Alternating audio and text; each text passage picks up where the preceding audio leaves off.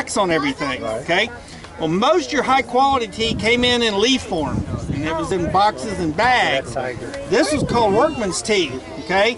And basically the leftovers from making the leaf tea was put into boxes and it was pressed into blocks. And it was done like this, so it could be put on the edge of a table and it could be broken, and you ended up with a block like that you carried in your haversack. And if you wanted to make tea, you just took your knife and you took some right off of it, and that's all just tea leaves, okay? And you would scrape about 1/8 of a teaspoon into a hot cup of water. If you were lucky enough to afford sugar, you did the same thing, because that's how you carried your sugar, was in chunks or blocks. And it was usually carried in a wax bag to keep it from getting wet or humidity. And then you allowed it to steep, and then you sipped it, because most of the water that you drank was right out there.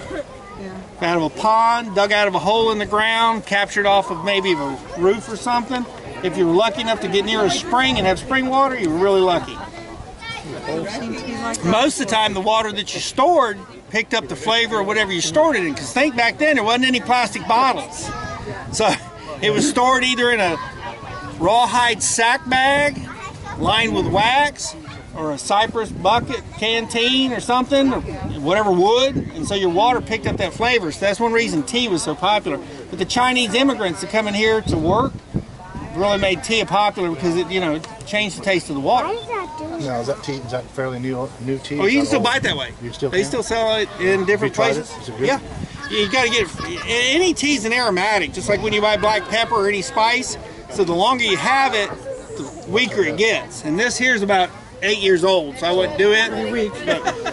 Well, inside might not be. Yeah, that's where you get down in there. The very inside core is going to have more, but it's still low quality tea. Yeah.